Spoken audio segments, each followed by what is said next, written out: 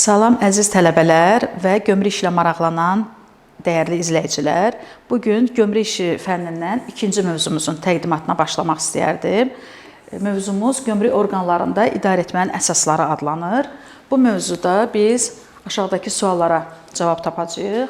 İdarəetmə anlayışı, onun obyekti, subyekti, gömrük orqanlarında idarəetmə sistemi və onun əsas məqsədi və idarəetmə mexanizmi. Biz birinci mövzuda da qeyd elədik ki, gömrük işi xarici iqtisadi fəaliyyətin tənzimlənməsində əsas rol oynayaraq bir sıra məsələlərin həllində iştirak edir. Bu məsələlərdən bir neçəsini xatırlatmaq istəyirəm. Dövlət büdcəsinin gəlir hissəsinin formalaşdırılmasında, ölkənin iqtisadi təhlükəsizliyinin təmin olunmasında, gömrük siyasətinin işlənib hazırlanmasında, ölkənin vahid gömrük məkanının təmin edilməsinə, kvotalaşdırma, lisenziyalaşdırma qaydalarının işlənib hazırlanmasına yardım, xarici iqtisadi fəaliyyətin əmtəa nomenklaturasının tətbiqi, valyuta nəzarətinin, hüquq mühafizə fəaliyyətinin, eyni zamanda analitik informasiya işlərinin həyata keçirilməsi məsələlərin həllində gömrük orqanları yaxından iştirak edir. Və gömrük orqanlarının işinin səmərəliliyin yüksəldilməsində digər amillərlə yanaşı idarəetmə amilini xüsusilə vurğulamaq istəyirəm. Gömrük işinin səmərəliliyin artırılmasında burada gömrük qanunvericiliyinin də rolunu qeyd etmək olar, gömrük infrastrukturunu da qeyd etmək olar, amma əsas həlledici rol burada idarəetməyə məxsusdur. Gömrük orqanlarında deməli, idarə etmə həm obyektiv iqtisadi qanunlara, həm də idarə etmə qanunlarına əsaslanaraq bütün iştirakçıların operativ xidmət fəaliyyətini ictimai, şəxsi, kollektiv marağını belə deyək ki, vahid sistemdə birləşdirir. Ümumiyyətlə, insan fəaliyyətinin daxil olduğu hər bir sistem düşünürəm ki, mütləq idarə olunmalıdır, yəni onun idarə olunmasını tələb edir. Sistemə daxil olan müxtəlif icraçılar, insan, qrup, mütləq onların fəaliyyəti təşkil olunmalı və tənzimlənməlidir. Hər bir idarəetmə sistemində olduğu kimi, gömrük orqanlarında da idarəetmə sisteminin başlıca məqsədi onların bütün üzvlərinin, yəni gömrük orqanları əməkdaşlarının belə deyək, hərəkətlərinin vahidliyinin təmin olunmasındadır. Odur ki, gömrük orqanlarının daxilində dəqiq idarəetmə tələb olunur. Gömrük orqanlarında idarə etmə sisteminin başlıca məqsədlərindən biri kimi biz əməkdaşların fəaliyyətində kommunikasiyanın rolunu da qeyd etməliyik. Bütün idarəetmə sistemləri bu istiqamətdə fəaliyyət göstərməlidir. Hazırda Azərbaycanda da gömrük orqanlarında yaradılan informasiya sistemi həm gömrük siyasətinin hazırlanması, həyata keçirilməsinə, həm də eyni zamanda gömrük orqanlarının struktur bölmələri arasında, əməkdaşların arasında belə deyək, informasiya mübadiləsinin təşkil olunmasına yönəldilmişdir. Təcrübə göstərir ki, xüsusi idarə etmə biliyi olmadan idarə etmə aparıldıqda adi hesablaşmalara əsasən gömrük orqanlarında belə deyək ki, xarici iqtisadi fəaliyyətin tənzimlənməsinə nail olmaq o qədər də effektiv olmur.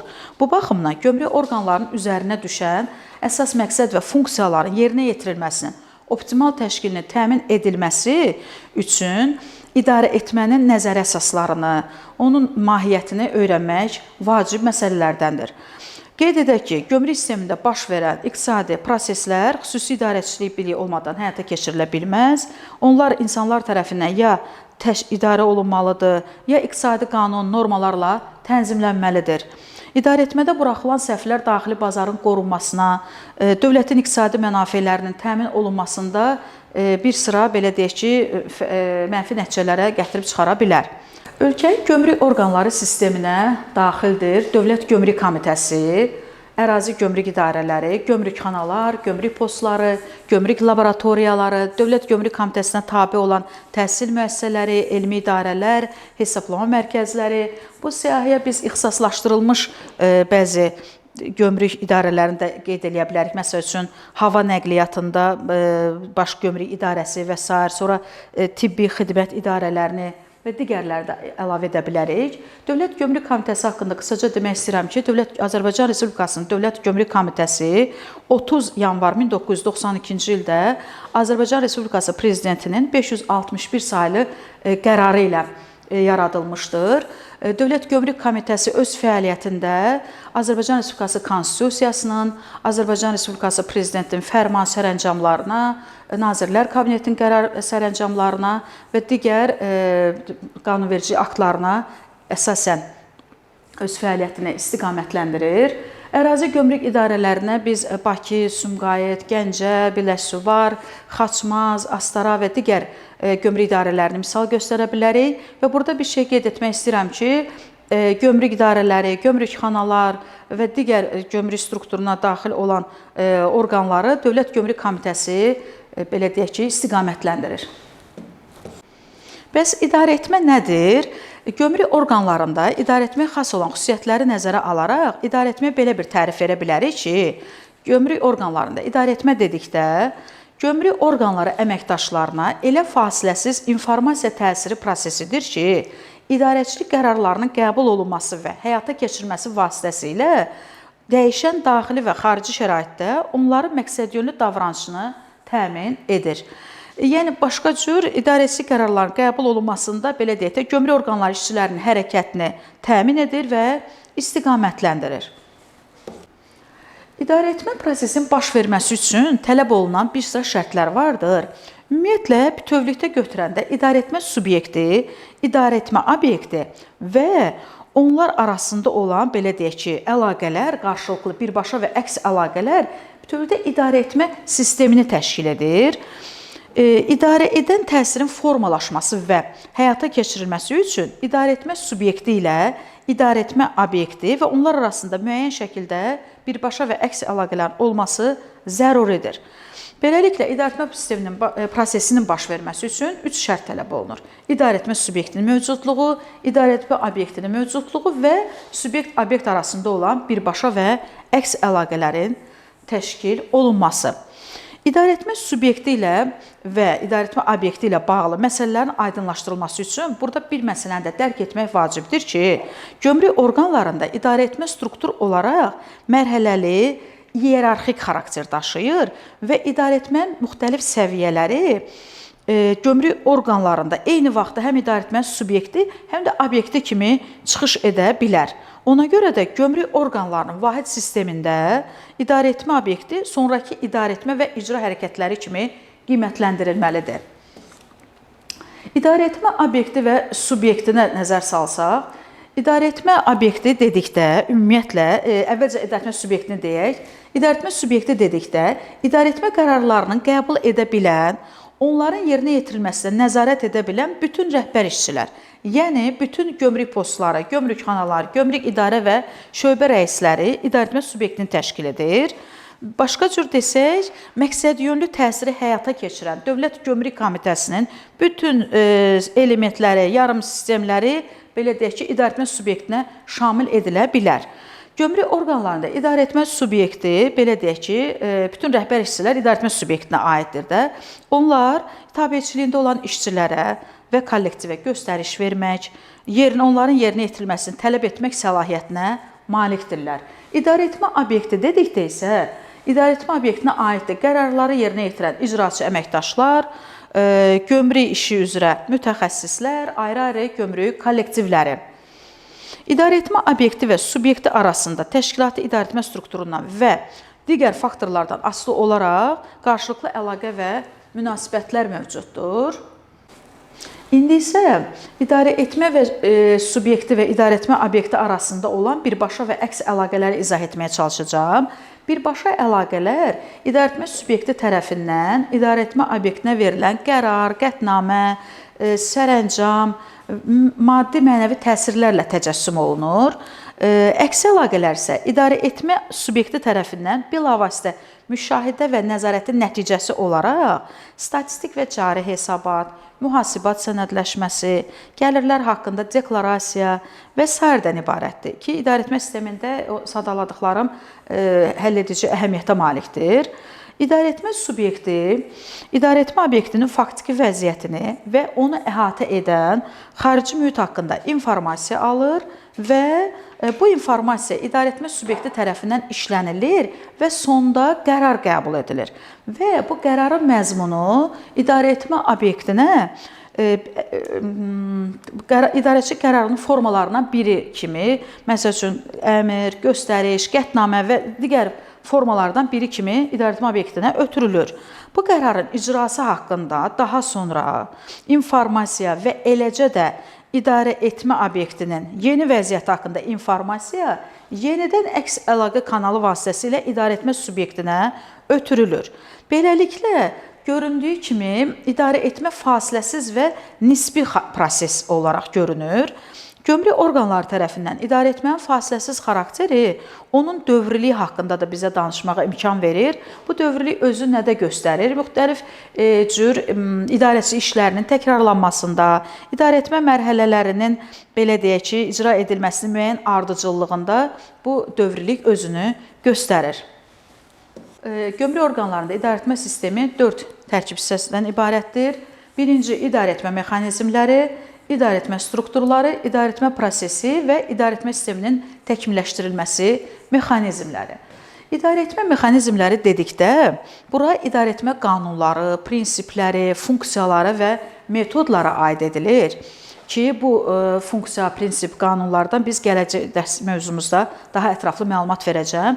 Burada amma bir məqamı diqqətinizə çatdırmaq istəyirəm ki, informasiya həcminin sürətlə artması getdikcə idarəetmə prosesini çətinləşdirir və bu prosesin səmərəliliyin yüksəldilməsi üçün Azərbaycanın gömrük orqanları sistemində gömrük xidmətinin vahid avtomatlaşdırılmış informasiya sistemi yaradılmışdır ki, bu da xarici iqtisadi fəaliyyətin xarici iqtisadi fəaliyyət sayəsində qeyri-müəyyənliyin aradan qaldırılmasına, mövcud risklərin idarə edilməsinə xidmət edir və rəqəmsallaşma, avtomatlaşdırma ilə bağlı yeni, belə deyək ki, dünya təcrübəsində bir sıra idarə etmə modelləri də ortaya çıxmışdır ki, bunlardan əqali göstərə bilərik, Lean göstərə bilərik, Six Sigma və digər müasir idarə etmə modellərini qeyd etmək lazımdır ki, bu modellər vasitəsilə demək, rəqəmsallaşma, avtomatlaşdırma, sürətli qərar vermə proseslərinin optimallaşdırılmasını həyata keçirmək mümkün olur. İdarəetmə strukturları dedikdə isə bura idarəetmə orqanları, idarəetmə kadrları, daha sonra idarəetmənin texniki vasitələrini aid etmək olar. İdarəetmə strukturları deyəndə, yəni gömrük orqanlarının sistemini təşkil edən müxtəlif elementlər arasında olan əlaqə və münasibətlərin məcmusu başa düşülür. İdarəetmə prosesinə gəldikcə isə, idarəetmə prosesi ümumiyyətlə idarəetmənin məqsədinə nail olmaq üçün, məqsədi də biz dərsin əvvəlində söylədik ki, əsas məqsəd vahidliyin təmin edilməsi və kommunikasiyanın təmin olunmasıdır. İdarəetmənin məqsədinə nail olunması üçün bütün idarəetmə bölmələrinin fəaliyyət prosesinə biz idarəetmə prosesi deyirik. Bu proses özü də bir neçə mərhələdə baş verir. Əsas məzmunu isə idarəetmə qərarlarının qəbul edilməsi və onların həyata keçirilməsinin təmin edilməsidir. İdarəetmə sisteminin təkmilləşdirilməsi mexanizminə gəldikdə isə qeyd etmək lazımdır ki, burada idarəetmə obyektinin inkişafı nəticəsində ona edilən dəyişikliklər nəzərdə tutulur. Məsələn, bu sayədə ölkəmizdə bir neçə nümunə göstərmək olar ki, 2016-cı ildə məsələn elektron bəyan etmə prosesinə start verilmişdir. Yəni elektron gömrük xidmətinin təşkili elə bu idarəetmə sisteminin təkmilləşdirməsi mexanizminə bir nümunə ola bilər. Bundan başqa buraxılış məntəqələrindən keçirilən mal və nəqliyyat vasitələrinin yoxlanılmasında bir pəncərə sisteminin prinsipinin tətbiq edilməsi, daha yeni 2024-cü il keçən il yanvarın 1-dən istifadəyə verilmiş avtomatlaşdırılmış risk analiz sistemi mövcuddur ki, ARAS, yəni bu süni intellekt əsaslı ARAS sistemi tətbiqi nəticəsində gömrük rəsmiləşdirmə əməliyyatlarının sürətləndirilməsinə nail olunmuşdur və s. Gömrük orqanlarında idarəetmə bir sıra xüsusiyyətlərə malikdir ki, bunlara qeyd edə bilərik. İdarəetmənin daha çox fəaliyyətin son nəticələrinə yönəldilməsi, ikinci, idarəetmənin xarici iqtisadi fəaliyyətin iştirakçıları ilə əlaqələndirilməsi, üçüncü, idarəetmə prosesində ağıllı riskin qəbul edilməsinin mümkünlüyü, idarəetmə prosesində nisbi qeyri-müəyyənliyin mövcudluğu bu dördüncü əsas xüsusiyyət və bir də idarəetmə prosesinin dinamikliyini qeyd etmək lazımdır.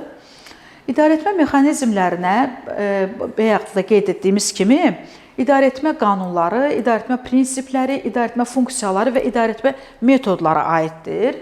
Gömrük orqanlarında 4 idarə etmə qanunu mövcuddur. Biz əvvəldə dedik ki, gömrük orqanlarında idarəetmə həm obyektiv iqtisadi qanunlara, həm də idarəetmə qanunlarına arxalanır. Bu həmin qanunlardır ki, birincisi gömrük orqanlarında vahidlik qanunudur. Daha sonra proporsionallıq qanunu, idarə olunan və idarə edilən sistemin nisbəti qanunudur və idarəetmə funksiyalarının optimallaşdırılmasının nisbəti qanunudur ki, bu qanunlar haqqında gələcək mövzumuzda daha ətraflı məlumat verəcəm.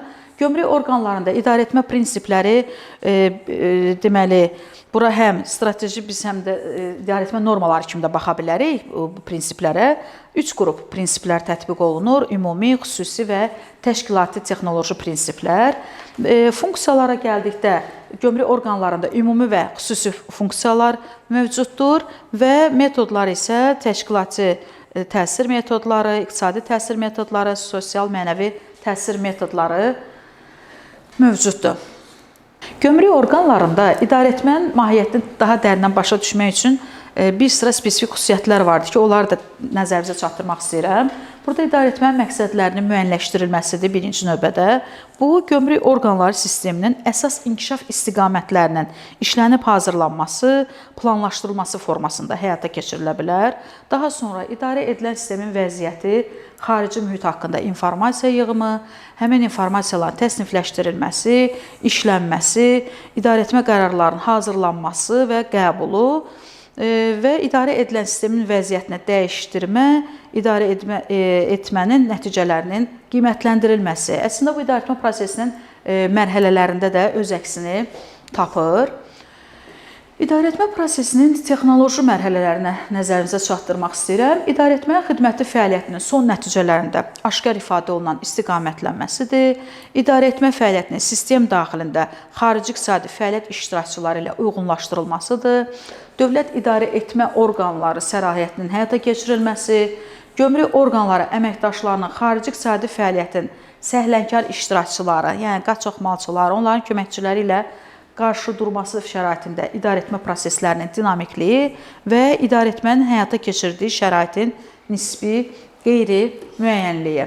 Gömrük sistemində idarəetmənin struktur sxemini 7 bölmədən ibarət bir sxem şəklində vermək olar. Burada birinci bölməyə daxil olma kanalları aiddir ki, bura daxili və xarici gömrük nəzarətinin təşkili, mal və nəqliyyat vasitələrinin yerləşdirilməsinin prinsipləri və gömrük sisteminin daxil olma kanalları aiddir. İkinci bölməyə biz gömrük əməliyyatlarını qeyd edə bilərik. Bura gömrük nəzarəti, gömrük rəsmiləşdirilməsi, gömrük tarif və qeyri-tarif tənzimlənməsini aid edə bilərik. Üçüncü bölmə çıxış bölməsidir. Çıxış bölməsinə isə bu sistemin qəbul etdiyi qərarların nəticəsi kimi yanaşa bilərik. Dördüncü bölmə gömrük sistemindən çıxışı müşahidə və nəzarət edən həlqələrə aiddir. Beşinci bölməyə inzibati idarə etmə, nəzarət və faktiki çıxışın normativ və gözlənilən çıxışla müqayisəsi üçün nəzarətdə tutulan idarə etmə aparatı. Növbəti bölmə qəbul edilən qərarların təsir mexanizmi və düzgünləşdirilməsi və sonuncu bölmə isə hüquqi normativ bazadır. Bununla da bu mövzumuzu yekunlaşdırmaq istəyirəm. Diqqətinizə görə çox sağ olun.